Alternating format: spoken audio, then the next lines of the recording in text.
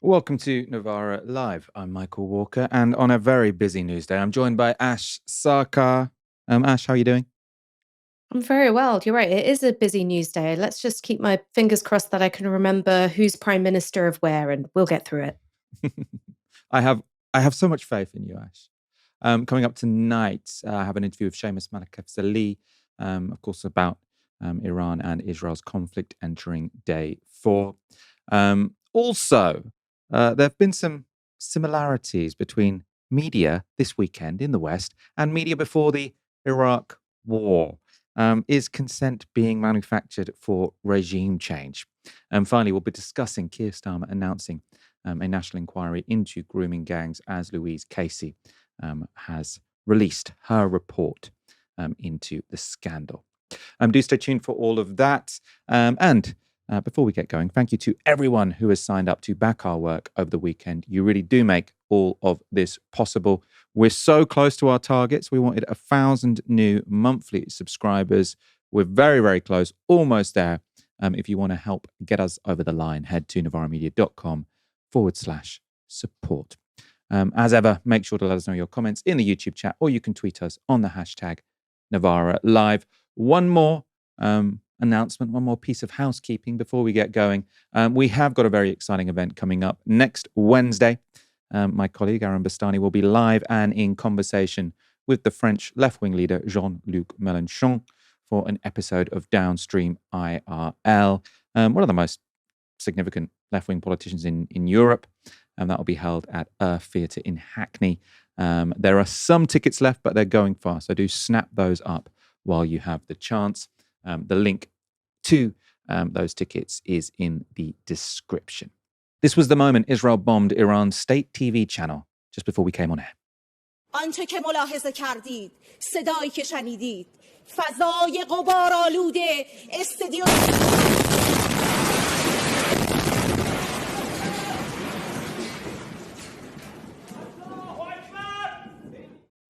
So the presenter there was Sahar Imami, one of the most popular TV figures in Iran.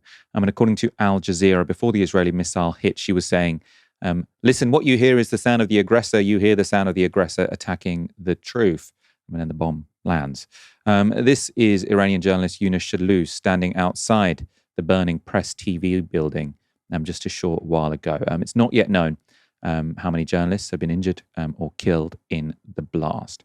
That attack on Iranian journalists is just the latest in a series of escalatory attacks carried out by Israel on Iran as tensions in the region threaten to spin out of control following Israel's sudden assault on Iran last Friday. But it isn't only Iran that's taking damage.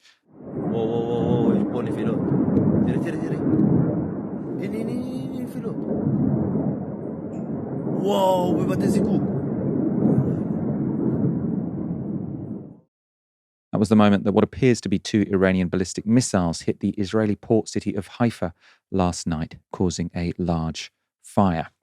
And you can see the effects of those explosions here as Israeli paramedics and fire crews rushed to the scene in the north of Israel, which left cars and buildings ablaze.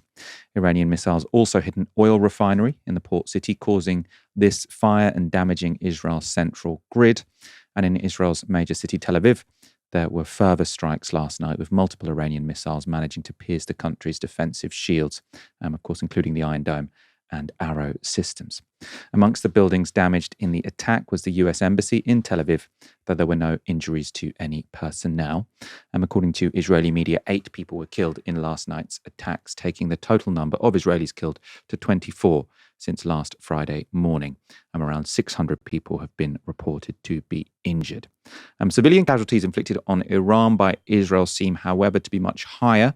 Iranian rescue crews continue to search for people trapped under rubble after several residential buildings were reportedly hit by Israeli missiles over the weekend.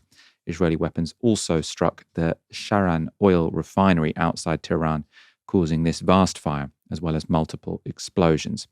And a wave of car bombs struck the Iranian capital yesterday, reportedly targeting Iranian nuclear scientists, adding to the sense of fear in the city.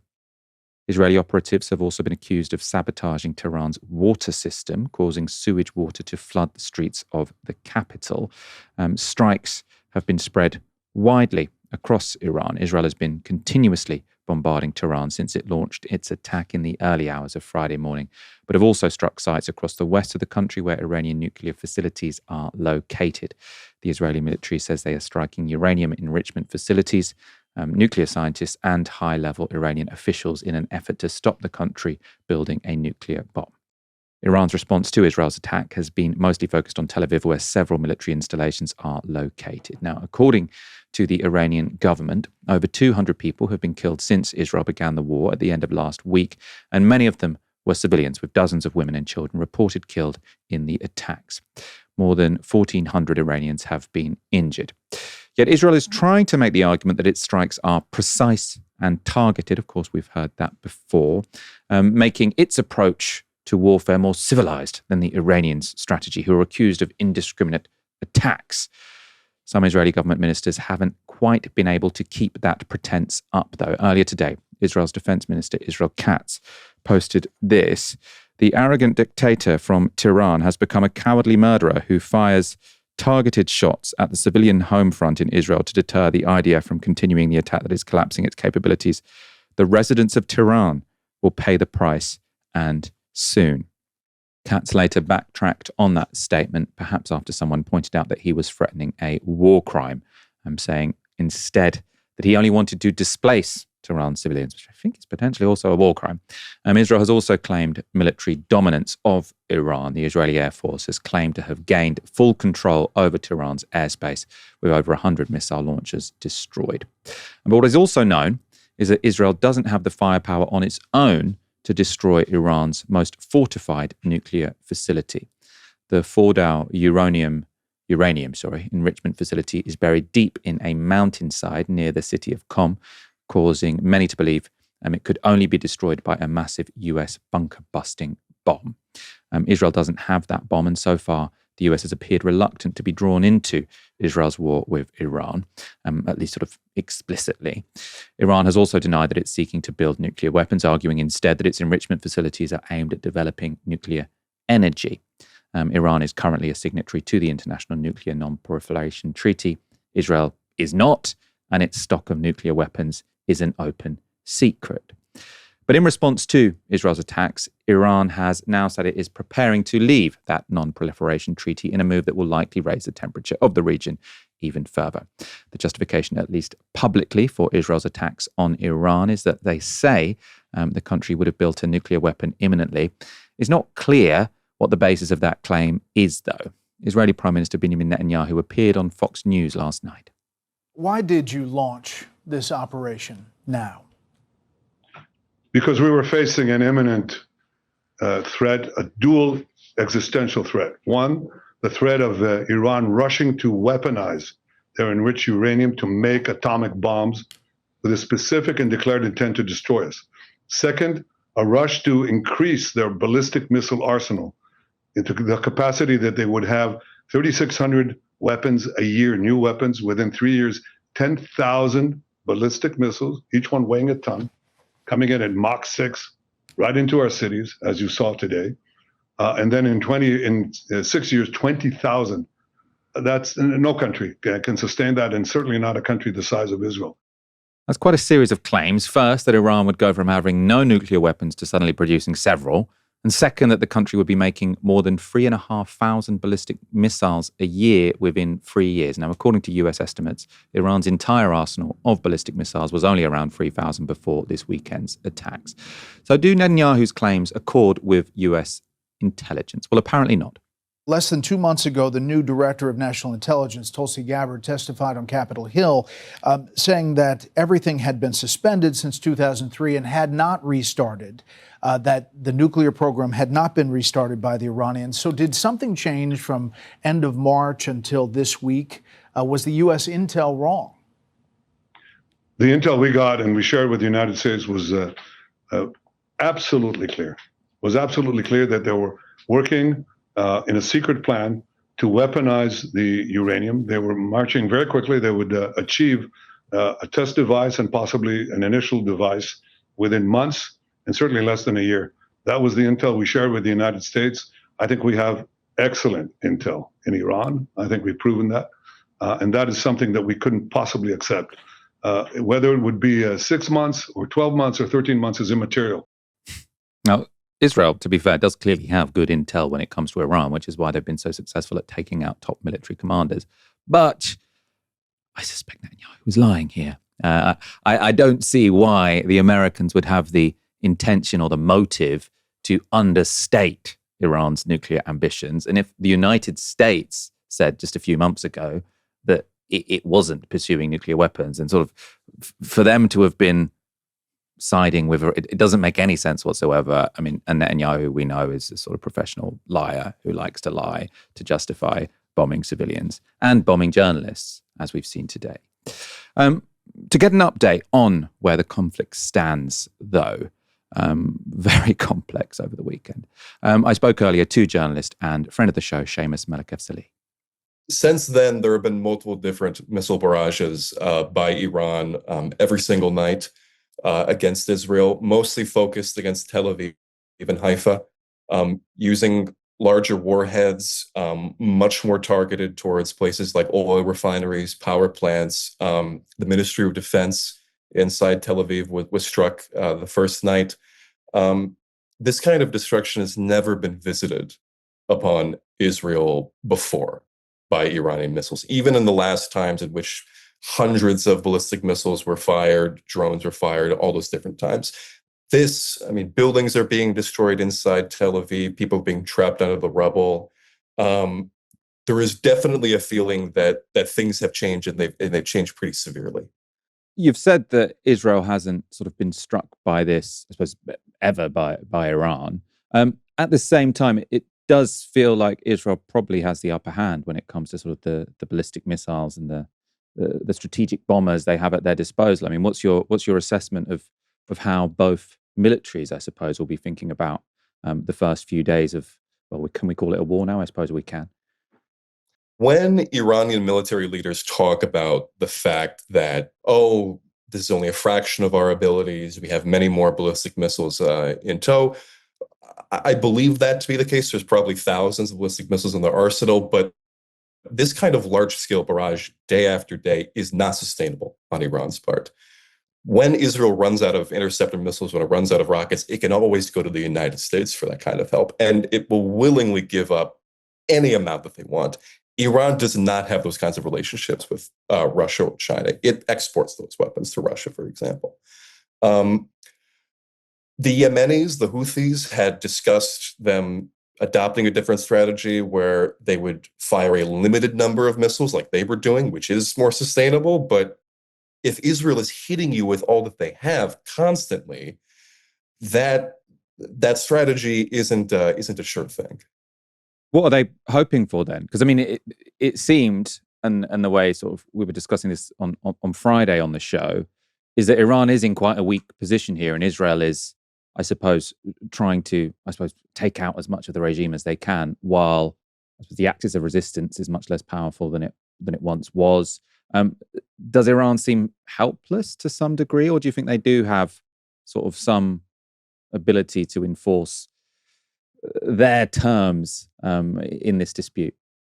I wouldn't say the right word is helpless, but I wouldn't say that it's extraordinarily secure position where they'll defeat other enemies, no problem. I mean, they're talking about, they're ready for this conflict to be prolonged however long it needs to be, but that's just rhetoric. Iran's strength in its military has always been in its ability to defeat a potential invasion. That's what this has been preparing for. The military has been preparing for its entire existence, asymmetric warfare against the United States.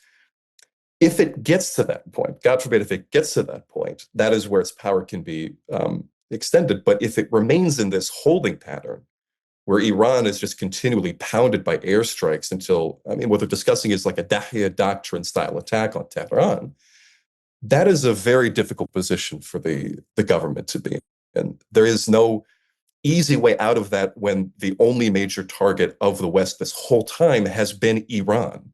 Trying to go back to the negotiating table or whatever is being discussed, that's what's there to be negotiated, what's there to be discussed. It's not clear, and I think Iran at this point is in a survival position more than anything else.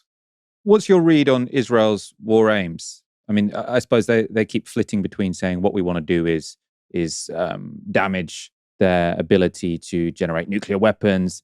They also keep slipping into the idea that they want regime change. Do you think this is a regime change war on the part of the Israelis?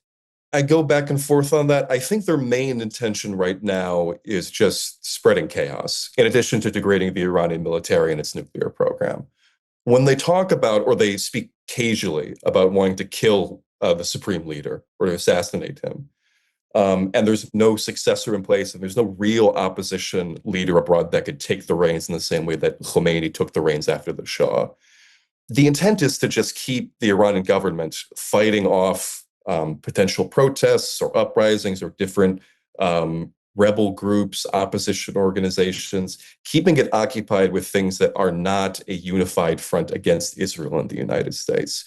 If it can be weakened like that, if it can constantly be at odds with other people, then winning a war is a much less of a possibility. Iran can't rebuild the axis of resistance if it is doing all of these things inside of its own country.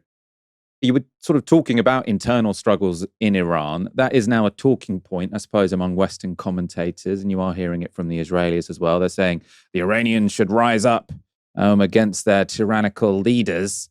I normally take that to be a bit of a caricature of the situation, but I mean, what is the status of divisions in Iranian society, let's say?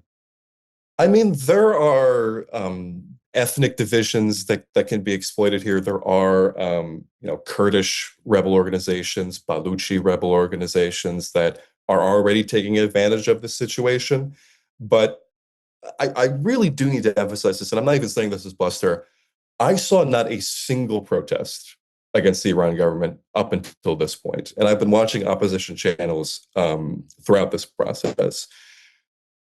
However much there is distaste towards the Islamic Republic, towards Islamic governance, that does not automatically entail that when Israel is attacking you, you take that as the opportunity to go full force. Because what's the obvious accusation?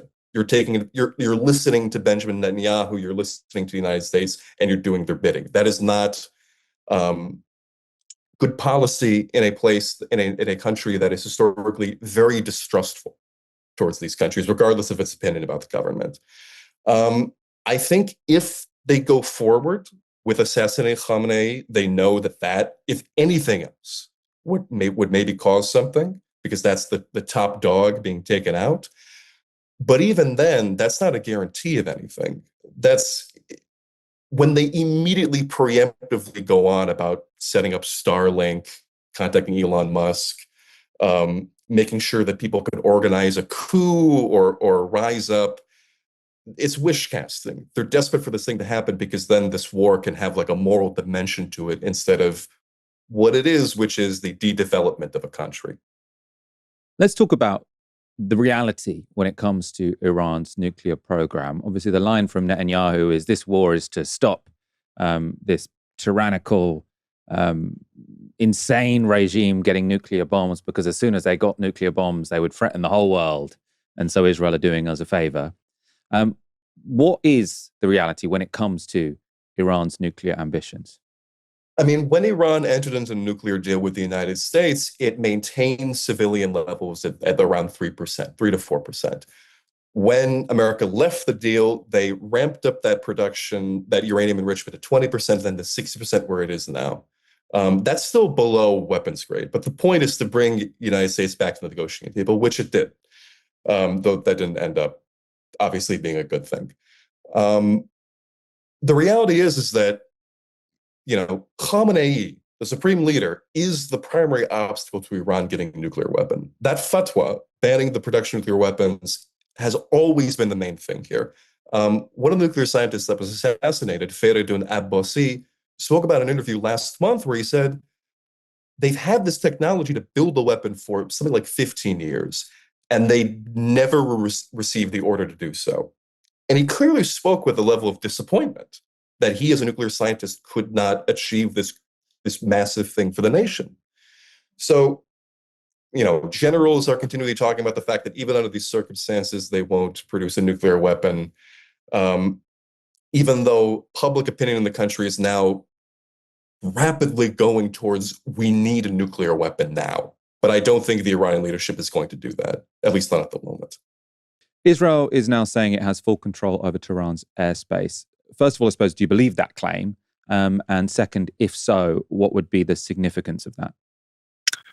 I think it's partially true. Where they're talking about like aerial superiority, that was something that Trump attempted to do in Yemen during those airstrikes there. And even though they were able to use fighter jets during that process, because drones kept getting shot down, they never actually achieved that superiority that they wanted.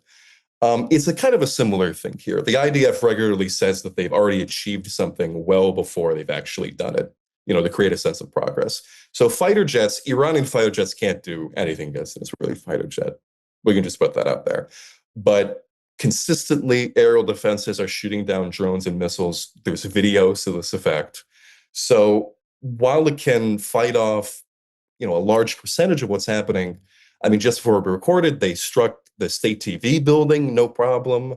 I'm sure that they will continue hitting places like the defense ministry, like they struck yesterday.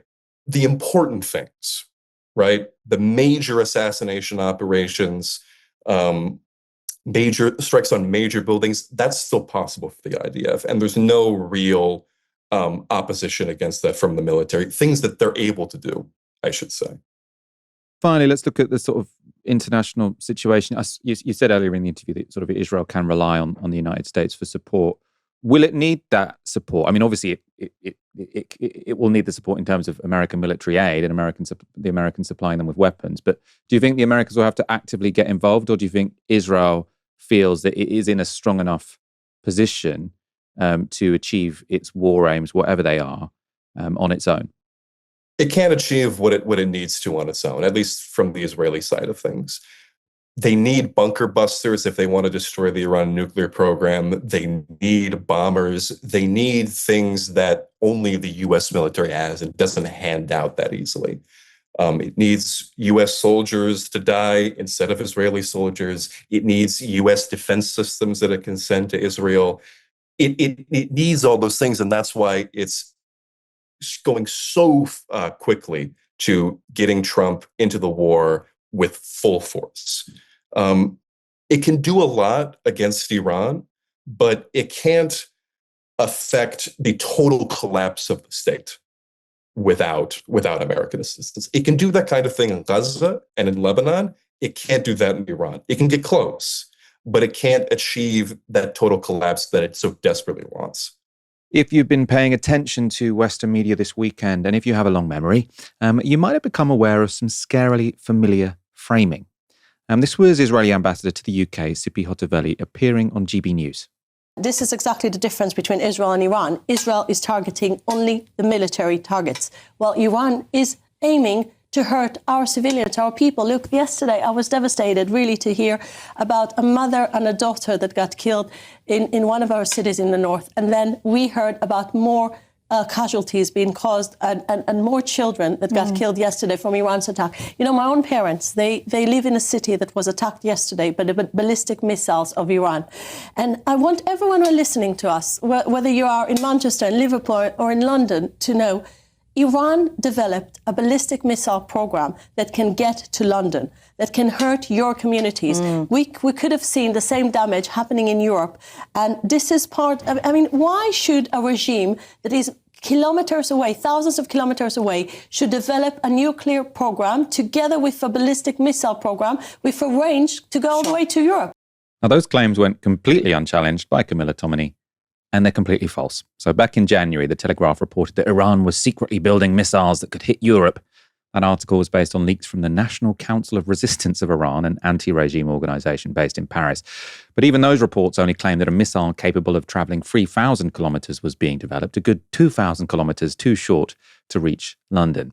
And the point of Hoteveli's remarks isn't her great fear for London's safety, though. It's about striking fear into the hearts of the British public and paving the way for British support for Israel's war in Iran. And we've seen all of this before.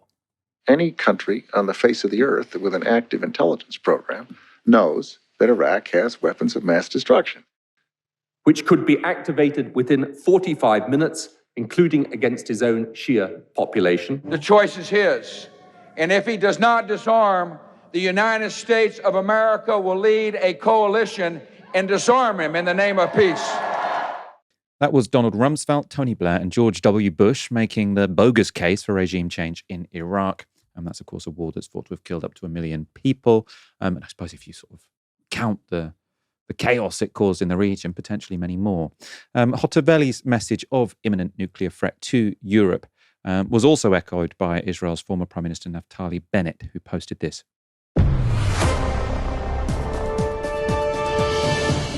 This morning at 8:42 Paris time, a nuclear bomb was dropped on French territory in the southeast, in the area of the city of Lyon. Military sources confirm this was a direct attack by the Iranian regime. Israel is saving the world from a nuclear Iran. It's completely batshit, right? The really, I mean, obviously, it's an obvious thing to say, but there is an element of being completely gaslit when a regime that has a secret nuclear weapons program, which everyone knows but they won't admit, is warning us about a country that doesn't yet have nuclear weapons and might not even be trying to get them in the first place. And there's the idea of sort of mutually assured destruction was the idea that if you've got great powers with nuclear weapons, they're less likely to go to war, obviously, because you can cause so much damage with a nuke that it's not going to be in either one's interest to do so. And for some reason, in the Middle East, we've decided that it's really good for only one country to have nuclear weapons, which is Israel. It means Israel can do whatever they want without any consequences in the region because they're the only one with nukes. Right? Why, if Iran got nukes, would mutually assured destruction not at that point come into play? And then maybe war between Israel and Iran would be less likely. Now, obviously, from a sort of objective, neutral perspective, in a way, the fewer countries who have nuclear weapons, the better, because the more countries that have nuclear weapons, that's the greater chance of accidents. But the Israelis cannot say, we are protecting you from a belligerent state having nuclear weapons. You are the belligerent state with nuclear weapons. In an interview with Fox News, Israeli Prime Minister Benjamin Netanyahu also gave American audiences the sense of a domestic risk posed by Iran. They have plans to develop intercontinental ballistic missiles. Right now, 8,000 kilometers, very soon, just out a little distance, and they can reach the eastern seaboard of the United States.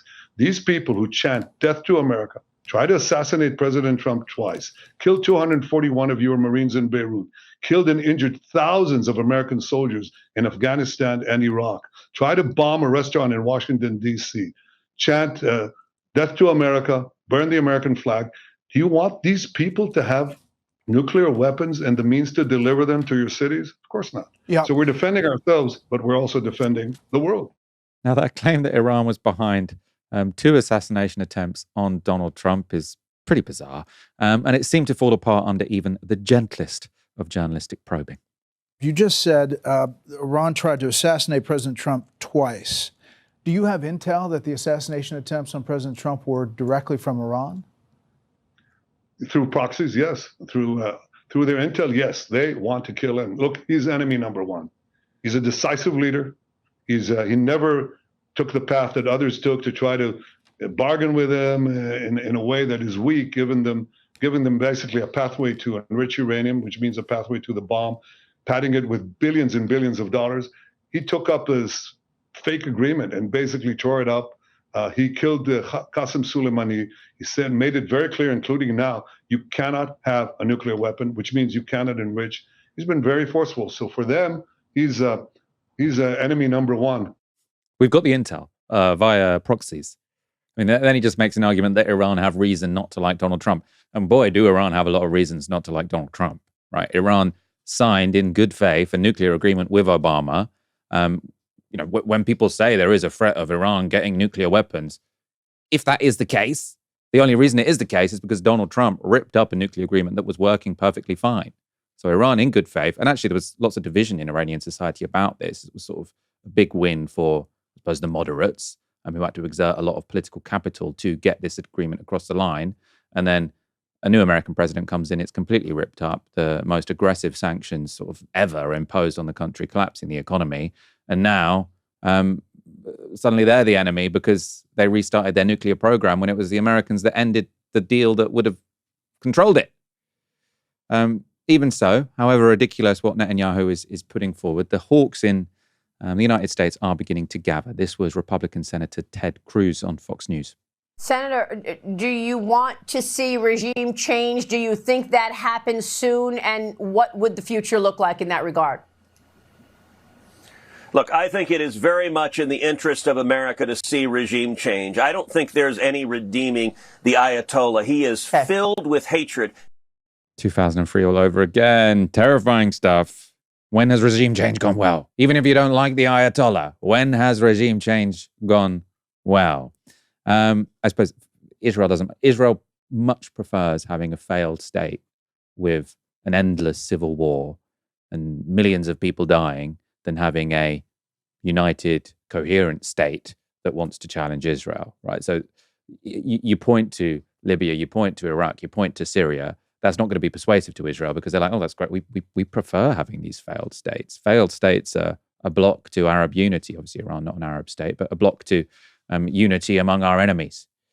Others in the media have been lining up the preferred new regime in Iran. So on Sunday, you can't make this up, the BBC's Laura Koonsberg interviewed Reza Pahlavi, the son of the deposed Shah of Iran, and perhaps a contender, I don't know, for the country's leadership if the West does manage to pursue and achieve regime change. Here's how she introduced him.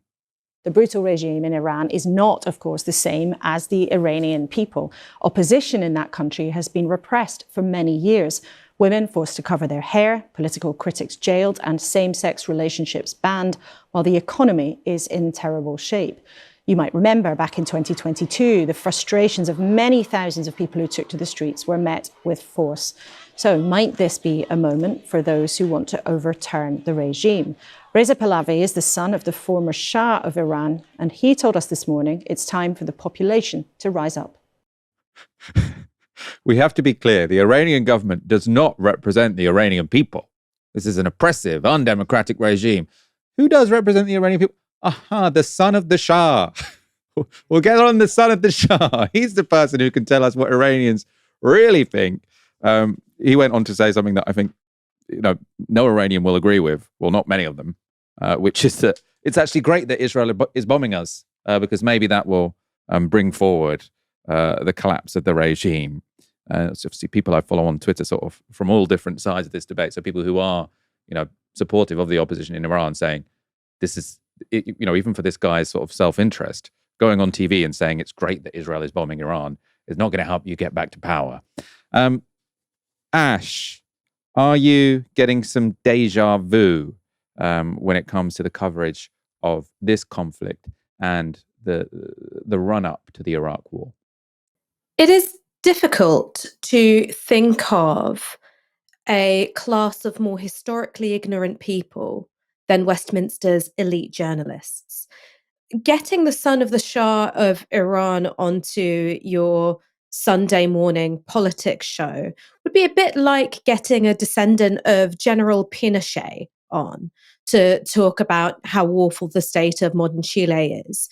Because for all of the political repression and religious repression of the Iranian Republic, what was going on under the Shah was industrial, systematized torture, executions. The secret police, which is abbreviated as SAVAK under the Shah, were found by the Federation of American Scientists to have regularly used forms of torture that would really not be out of place, in Machiavelli's worst imagination. I mean, really incredibly brutal stuff. And this, of course, was the autocratic dictator who was backed by the West in order to overthrow a democratically elected leader, Mossadegh, who wanted to nationalize Iranian oil. So it's astonishing that any journalist would invite the son of the Shah on as a sort of lost leader, the king waiting over the water. But I think that shows you just how particularly bad our media class are when they're talking about foreign affairs and geopolitics. I mean, it really is just like the hand of MI6 is wedged up there, puppeteering the whole thing. Like it's an absolute joke. When it comes to comparisons with the Iraq War. I mean, yes and no. The most significant departure from the build up to the Iraq War is that there was a build up to the Iraq War. Instead, what we're seeing now is war first and putting the case for it afterwards. So yes, there's a repetition of the themes of weapons of mass destruction. It is a complete absurdity that Netanyahu is saying, oh, well, Iran were just months away from a nuclear weapon. He's been saying that Iran are months away from a nuclear weapon for decades. I'm old enough to remember him showing up at the UN in 2012, holding up this sort of big cartoon bomb and saying that Iran were about, 90% of the way there. So this has been something that Netanyahu has been talking about for literally decades. Only a few weeks ago, you had Tulsi Gabbard presenting the view of the US intelligence community saying that Iran are not making a bomb. So this is it looks to be a complete fabrication, or at least to be a real outlier from what's even coming from the American intelligence community. But you wouldn't know that. You wouldn't know that if you listen to a lot of UK media. I mean, it's ridiculous even to listen to the words of the likes of Naftali Bennett, who called this war a preemptive defensive action. Well, if a defensive action is preemptive, by definition, it's no longer defensive, right? It is offensive. That is the literal meaning of the word offensive. And I think that in a way, the sort of newspeak element of it, the inherent contradiction, that tells its own story to British audiences. But the lightness with which regime change is being discussed, when it's so clearly a discussion which is being led by Israel's actions. So Israel advances into previously unthought of territory, and then the arguments come in behind it. I mean, regime change in a country of over 90 million people, with an army which is hundreds of thousands strong and also has various, religious paramilitaries as well, is not it's no small feat. I mean, you couldn't even really get regime change in Afghanistan, which had a far less developed military-industrial complex and state and army than Iran ever have. I mean, look at what creating a failed state in Iraq did. I mean, it completely destabilized the region and led to forms of terrorism on European soil, which were completely brutal. If there's one, surefire sign of a bad idea, it's when the Westminster political class are in agreement about something. And so the minute they all start talking about Iranian regime change as though it's as simple as, repainting your living room, that we're in for a historic fuck up of epic proportions. I mean, even framing it as, sort of like Laura Christensen, the Iranian regime, that they don't represent the Iranian people. So when we're condemning what Iran is doing, we shouldn't be condemning the whole Iranian people, just the terrible tyrannical government. They're the ones getting bombed, right? Israel started the war. Like the flip whereby everyone is reporting this as if Iran is the aggressor and Israel is the attacked. All European leaders and American leaders are saying Israel has a right to self-defense. They started it. They literally bombed Iran, and then Iran responded. And that is not to, I don't have very strong opinions about the Iranian regime. I'm not an expert. I imagine their politics don't accord with mine. But to posit the country that got bombed as the aggressor and saying, when we're condemning Iran, we're not condemning their people. We're going to be really reasonable here. It's not the Iranian people we have a problem with. It's their very, very aggressive leaders who we do. They got bombed. Ash, I mean, it's bizarre, isn't it? And I suppose it is on national security. Something does just sort of come into effect whereby Israel is our ally. So it's natural and normal that they have a nuclear bomb, even though the idea that they are the restraining force in the Middle East is kind of the most ridiculous idea I can possibly imagine. This is a country that is committing genocide. Why are we trusting them with the nukes and not Iran? There is something about it which it feels weird, doesn't it? It does feel like you're constantly just being gaslit the moment something happens in the Middle East like this. I mean, even the very morning after Israel's first aerial attacks on Tehran, the language of, surgical, precise targeting, military infrastructure, the means by which they assassinated Iranian nuclear scientists and, the army's top brass, it was by bombing whole apartment blocks. And this is how, Israel carries out its assassinations. It's not snipers, it's not poison pens. It's blowing up an entire apartment block and just hoping that amongst the civilians, the women, the children, that the marked man is also killed. And if you were Iranian, no matter how forthright your opposition to the regime may be, no matter how much you may loathe, religious theocracy, you're probably going to hate the foreign invader more. It's just a natural way people feel, which is okay. I've got these religious theocrats dictating my life, but they're not blowing up the apartment block where I live with my wife and kids. So this fantasy that the Iranian people are going to rise up because they've been bombed into democracy, it's never worked before. Why on earth would it work now? I mean, I agree. Let's go on to our next story. Also, that's not what any of these people are interested in doing. Even to sort of, I'm not saying you were suggesting this, Ash, but even to say sort of like, oh, if Israel are hoping to bomb Iran into a democracy, they're going to fail. Israel wants Iran to be a failed state, right? That is its aim here. It wants Iran to, it wants every single state in West Asia to be a failed state, apart from Israel, so that Israel can say, not only are we the only democracy in the Middle East, even though they're an apartheid nation that doesn't allow half of the population to vote for the government that rules over them on the basis of their ethnicity, right? Because they're in the West Bank or Gaza. I mean, we could go on about this for ages. Louise Casey has today published her independent national audit on group-based child sexual exploitation and abuse.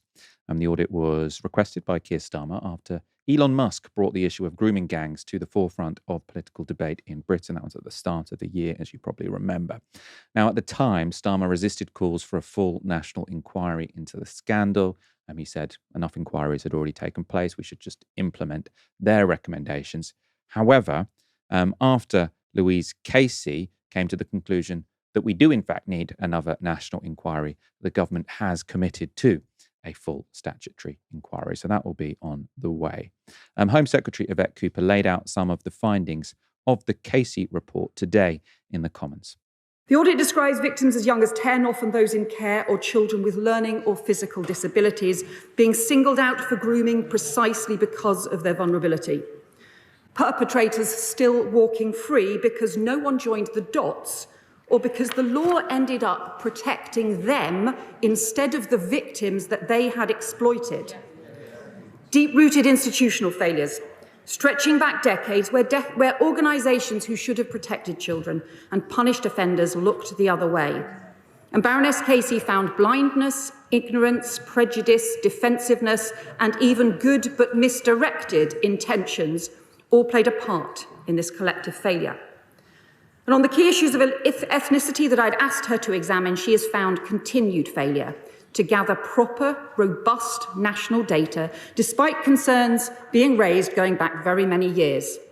In the local data that the audit examined from 3 police forces, they identify clear evidence of overrepresentation among suspects of Asian and Pakistani heritage men.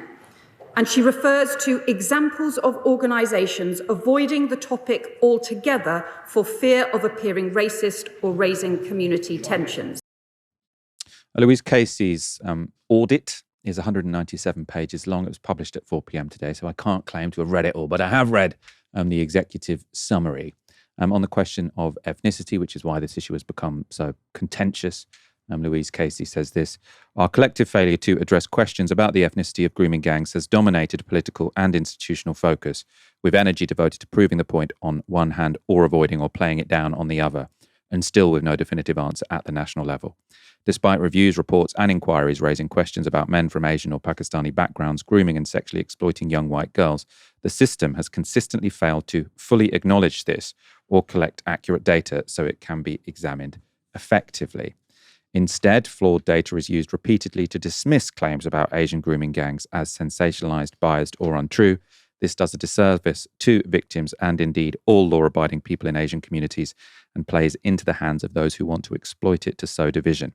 On top of the avoidance of ethnicity issues, we also retain an ambivalent attitude to adolescent girls, both in society and in the culture of many organisations. We too often judge them as adults, so-called adultification, especially those in local authority care, who too often are fast-tracked into growing up before their time. Ash, I think you've had time to read a bit more of this audit than I have. What stood out to you? I mean, there was a lot that stood out to me, and I think that it really did persuade me of the need for a national inquiry. Firstly, because the recommendations of the J report haven't been fully implemented. So one of the recommendations was about collecting data on the ethnicity information of both perpetrators and victims. And still, for the majority of victims, ethnicity is not recorded, either in terms of appearance or self-defined ethnicity, and a substantial proportion of perpetrators aren't having their ethnicity recorded, which is why, even though Casey was able to find clear evidence of overrepresentation of Asian men from Pakistani backgrounds in the 3 local police forces she looked at, she's very clear. She says, you can't draw a national conclusion from that. The data simply isn't good enough. So I do think there needs to be a national inquiry, and there certainly needs to be much more robust collection around the identity of perpetrators. Some other things, though, were really important beyond the immediate question of ethnicity. One was about the kind of jobs that grooming gang perpetrators tend to have. So when it came to Rotherham, 70% of perpetrators worked in the so-called nighttime economy. So that means things like takeaways, taxi drivers. Data provided by the National Crime Agency to Casey to perform this audit found that 53 out of 75 group-based child sexual exploitation offenders worked as taxi drivers. So this is really important for when you're trying to consider 2 aspects of offending. One is access. Being a taxi driver gave these men a lot of access to vulnerable young girls in a way which was, seemingly completely ignored or not taken seriously by those in positions of power.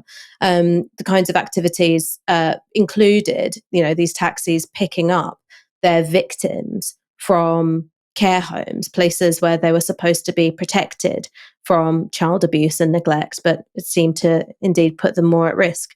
The other thing, as well as access, is that it gives them opportunity. So obviously, taxi driving is a form of work which is very solitary.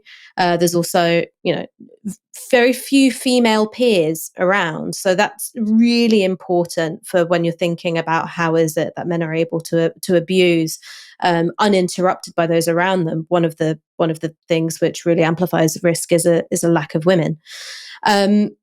Something else to bear in mind is that because of the fact that ethnic data regarding victims isn't being collected, is that one of the pictures which is missing is whether or not victims from minority ethnic communities are suffering because culturally there are expectations not to report. The taboos against, premarital sex are so strong that abuse simply isn't being reported. But also whether there is a mistrust of people in authority that comes from experiences of racism. So that's something which is really missing from our sense of what's going on with child sexual exploitation nationwide. The signs of child sexual exploitation in some of these cases, she said, were really, really obvious. All too often, the victims of group-based child sexual exploitation are adolescent girls who have a history of living in care and or having repeated episodes of going missing, with exceptions always present and some victims coming from relatively stable backgrounds. And still, services fail too often to spot these factors and evidence of grooming and exploitation taking place, despite some very obvious signs such as unexplained gifts or older men picking up girls from care homes, and don't intervene in time to prevent girls who may well be known to them from falling prey to the men who target them. And the reason why this is important is that there seems to be a grotesque mismatch. So these sexual predators are able to identify vulnerable girls, many of whom come from backgrounds where there's been domestic violence, family breakdown. Some are looked after children, which means that they're subject to a child protection plan. Many have been care experienced. They're able to identify these girls as prospective victims very quickly. And yet, for some reason, multiple state agencies, ranging from protection, education, healthcare, police, are unable to identify these girls in the same way. And I can't speak to this being in the report, but something which has been said by many other reviews into child sexual exploitation is that part of the reason is that these girls, rather than being treated and viewed as victims, is that they're viewed as criminals. They're viewed as troubled. They're branded as promiscuous, sexually loose, particularly if alcohol or drug misuse is involved in the abuse. They're seen as having made a lifestyle choice. And even though the language like child prostitution is no longer habitually used by local authorities or policing, that's the view that's being taken, as if they are consenting parties in a transactional exchange. And that, I think, that for me is the core of the scandal, because there are different parts of the country where the ethnic makeup of child sexual exploitation perpetrators appears to be different. One such area being Blackpool, for instance. But the way in which victims are viewed, the way in which they're seen as adults, the way in which they're demonized, the way in which they're treated as criminals, the way even some have been subject to arrest, including one girl who was charged with possession of a bladed article after trying to fend off her abuser with a bread knife. They're punished even for the ways in which they're trying to stand up to their abusers. That, to me, seems to be the most consistent pattern, that girls, particularly when they're from very deprived backgrounds, particularly when they've gone through the care system, and when their trauma means that they also behave in ways that are disruptive, the state all too often sees them as co-conspirators in their abuse, as if they're making a choice. And that needs to be a cultural change, which is looked at, I think, by this national inquiry. I certainly hope that that's part of the terms of the inquiry. And I suppose sort of in terms of the debate around this, we've talked about this issue a number of times. I'm quite convinced I'm not an expert, but sort of having watched a number of documentaries, read parts of the various reports and news reporting, it seems to me that the main reason why these girls were let down, ignored, and the state let them suffer the most horrendous abuse for really long periods of time is because the police and the authorities in general have an attitude whereby if you are from a very complex background, let's say, and don't present yourself as a perfect victim or someone who's necessarily always going to make choices which sort of people in authority can understand, where they can sort of explain your dreadful experience as something that's your fault. Well, this is what do you expect? This is a girl who drinks and hangs out with the wrong people. What would be the point in intervening because she'll just get into some different form of trouble? From what I know, that seems to be the main reason they were able to get away with this. It doesn't seem to me that sort of there were all these various authorities who were desperate to stop this. But then oh no, we would stop this if they were white, but we can't stop this because they're Asian. That doesn't ring true to me. And that is, I suppose, the picture which is being painted by the right. And that's why they're particularly interested in this particular story. At the same time, I do feel like it would probably be helpful for everyone to, I suppose, to be able to talk comfortably about the fact that ethnicity is not necessarily irrelevant. And I suppose what I mean by this is that, especially on the left, when it comes to sort of sexual abuse or misogyny, we do talk about culture a lot. So the idea that sort of, this is just men being men, this is just what inevitably happens, that's, quite a reactionary idea. And we sort of explain, or a large part of explanations of sort of like why sexual harassment and sexual abuse happens is because of rape culture, say, is a term that we use. And so then it does sometimes seem odd to me that while the left is really sort of in favor of cultural arguments for crime, it's often very unwilling to sort of take seriously the idea that that means that different cultures might have different attitudes to women, and then there might be a propensity to behave differently in different cultures. Obviously, this comes with loads of dangers because you can end up typecasting a whole group of people. You can end up sort of saying, well, anyone from this ethnicity or with this religion is a paedophile. You know, there's a reason people are right to be sensitive about this. But do you think that potentially people have been too quick to sort of say, no, it can't possibly have anything to do with men coming from a particular culture in rural Pakistan, for example? I think this is something that my own thinking is shifting a bit on, because I think before the Casey audit, my knee-jerk response was often to sort of take a step back, identify the gaps in data gathering, and to make it clear that when you take all forms of child sexual abuse, it pretty much has an ethnic breakdown which mirrors that in society. And my thinking and my responses are changing a bit. And I'll tell you where my head's at the moment.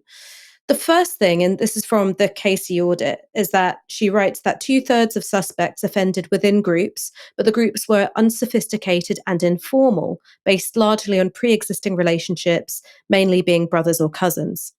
There were also lone offenders who were loosely associated to group offenders, for example, by employment. The reason why I think that's important is because, of course, you find paedophiles, child sexual abusers amongst all cultures, all ethnic backgrounds. But to participate in child sexual exploitation as part of a group, and that group to include members of your family, you need certain things to be the case. Firstly, and I said this before, is the absence of women as social equals. Where you have women as social equals, very often that exercises an inhibiting factor when it comes to abuse.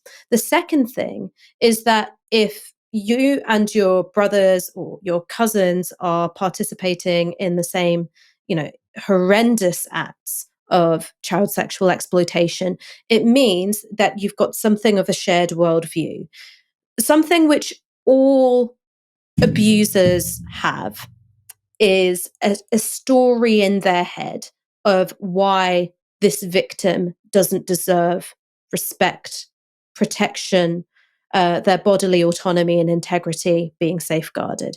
Every abuser has in their head a story about why their particular victim deserves it. And this isn't in the Casey audit, and this is just me saying something that I think, and it doesn't have a solid background in evidence. I wonder if in cultures where you have a lot of sexual shaming directed at women, and you have this very strong emphasis of here are the good women, women who dress a certain way, don't spend time in mixed company, don't spend a lot of social time outside of, familial or educational environments. And here are the bad ones. And these bad ones are considered immoral, sexually loose and degraded. That if you've got a culture which has those very strong norms and a sense of separation between good women and bad women, and a lot of that is defined by sex, that forms part of the story that abusers are telling themselves about why their victim deserves it. And one of the things that does appear in the Casey audit is that she says, well, empathy is an inhibiting factor. So anywhere where you're able to present your victim as outside of your community, outside of the circle of protection, they are othered in some way, that is a risk factor when it comes to child sexual exploitation of this nature. The thing that I would say is, I've talked a lot about culture just then, is that these things can be found in multiple different contexts, particularly the separation of the good and the bad based on sexual shaming. I mean, that was also a factor within the Catholic Church, and I think probably played a strong role in the kind of abuse that you saw there. I would also say that the massive overrepresentation of people who work in the nighttime economy is probably relevant, because that's a scenario where you're talking about ethnicity, because people working in takeaways and taxi drivers. Certain ethnic groups are overrepresented, but you're not necessarily talking about culture as in worldview, right? There you're talking about access, opportunity, and also impunity. I think that all of these things are working together. It's going to be difficult to say how much is down to one and how much is down to the other.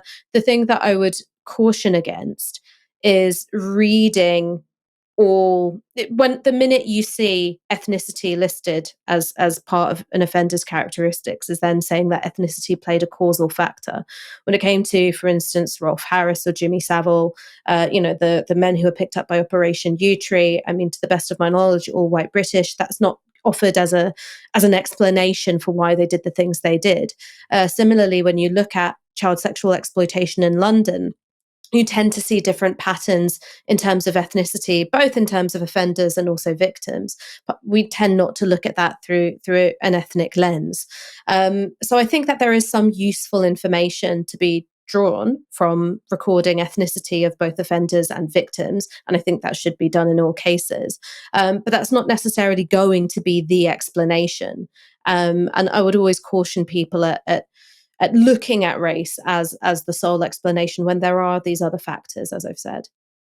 Yeah, I mean, I think obviously it would be crazy and terrible to consider it a sole explanation. I think that was very sensitively handled, Ash. Difficult topic.